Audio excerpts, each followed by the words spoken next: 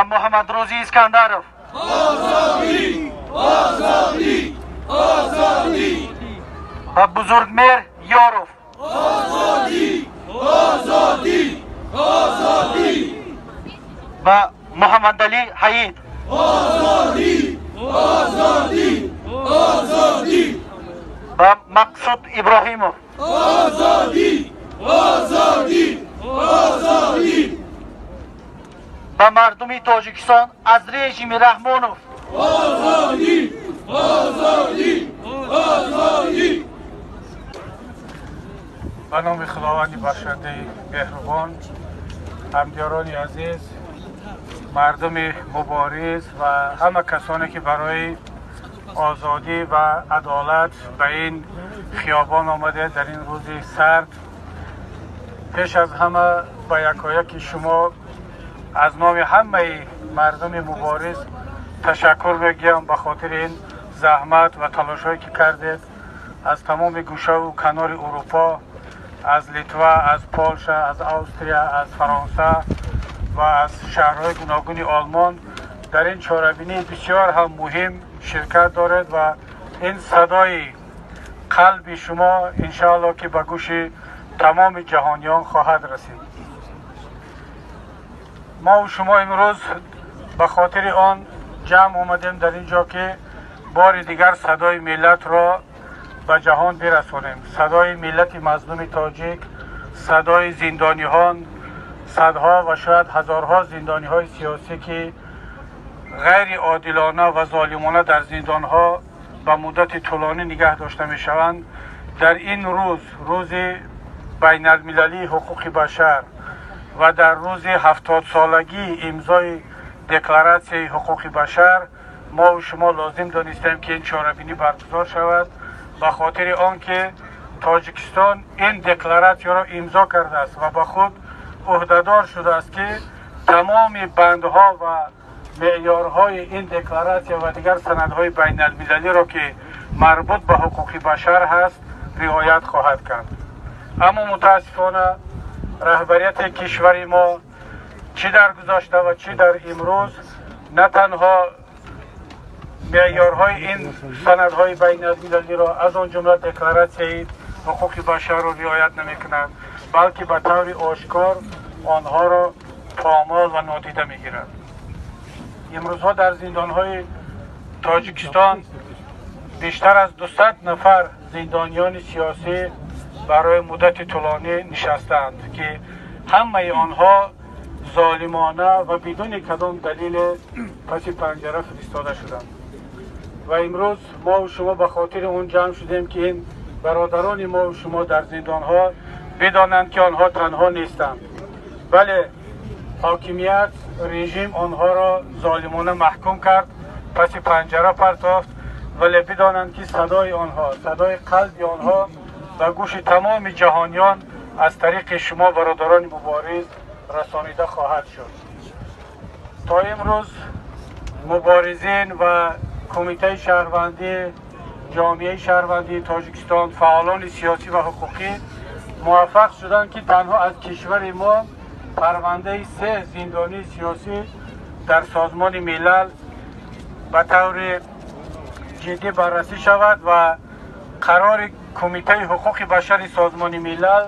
درباره طلب کردن از حکومت تاجیکستان که بدون قید و شرط این 3 نفر را رها کند صادر شد که اینها محمد علی حید، زید سعیدوف و بزرگمهر یارov هستند که تاجیکستان باید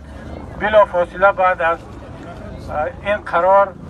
این هر 3 را آزاد میکرد که متاسفانه تا امروز این 3 نفر آزاد نشدند. باید گفت که حالا در بررسی سازمان ملل پرونده چند نفر دیگر از زندانیان سیاسی قرار دارد که انشاءالله روزهای نزدیک آنها هم شاهد چنین یک قرار از طرف بالاترین سازمان بین المللی خواهند شد و ما امید داریم که شماره این گونه پرونده ها زیادتر خواهد شد و جامعه جهانی توجه بیشتر به مشکلات حقوق بشر در تاجیکستان خواهد داشت. من بار دیگر از یکایک شما که در این چهاربینی با تشبسکاران این تظاهرات همدلی نشان دادید، شرکت کردید، منتداری خود را بیان میکنم. بخصوص به رهبریت و مسئولین کمیته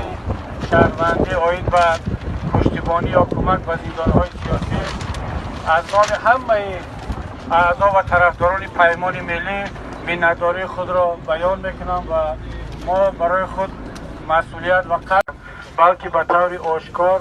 آنها را پامال و نادیده میگیرد. امروزها در زندانهای تاجیکستان بیشتر از 200 نفر زندانیان سیاسی برای مدت طولانی نشستند که همه آنها ظالمانه و بدون کدام دلیل پس پنجره فرستاده شدند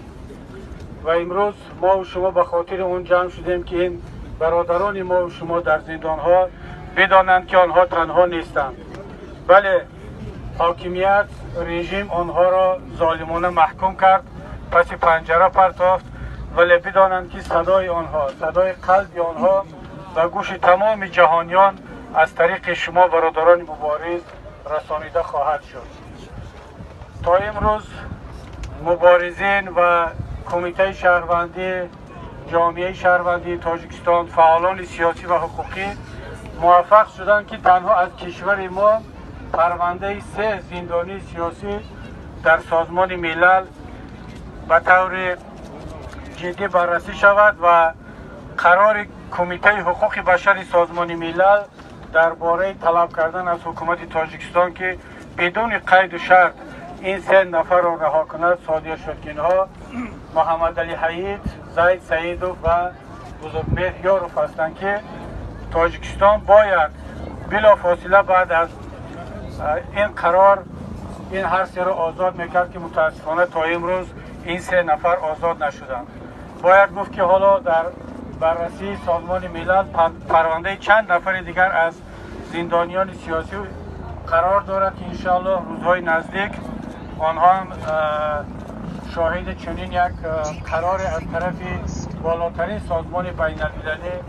خواهند شد و ما امید داریم که شماره این گونه پرونده ها زیادتر خواهد شد و جامعه جهانی توجه بیشتر به مشکلات حقوق بشر در تاجیکستان خواهد داشت. من بار دیگر از یکایک شما که در این چاره‌بینی با تشبسکاران این تظاهرات همدلی نشان دادید، شرکت کردید، منتداری خود را بیان میکنم. بخصوص به رهبریت و مسئولین کمیته شهروندی عاید به پشتیبانی یا کمک به زندانهای سیاسی از نام همه اعضا و طرفداران پیمان ملی منتداری خود را بیان میکنم و ما برای خود مسئولیت و